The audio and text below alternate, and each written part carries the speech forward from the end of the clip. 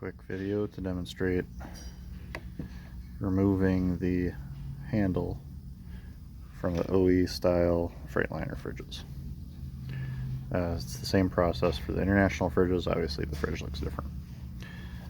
So flip it up, you can see that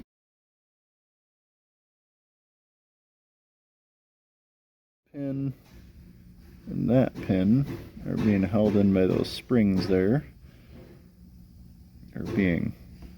pressures applied by those springs. So what we want to do is you want to get a screwdriver in that little groove there and that groove there and move inward on each side, and the handle will pop right off. You got to be careful. As soon as you get a screwdriver in there, those springs kind of have a tendency to go flying. So we'll see what we can do.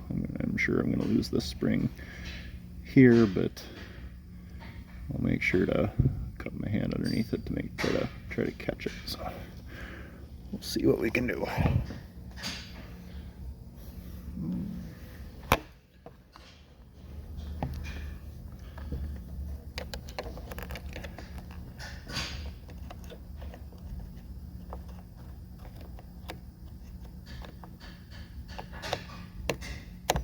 Alright, hard to use the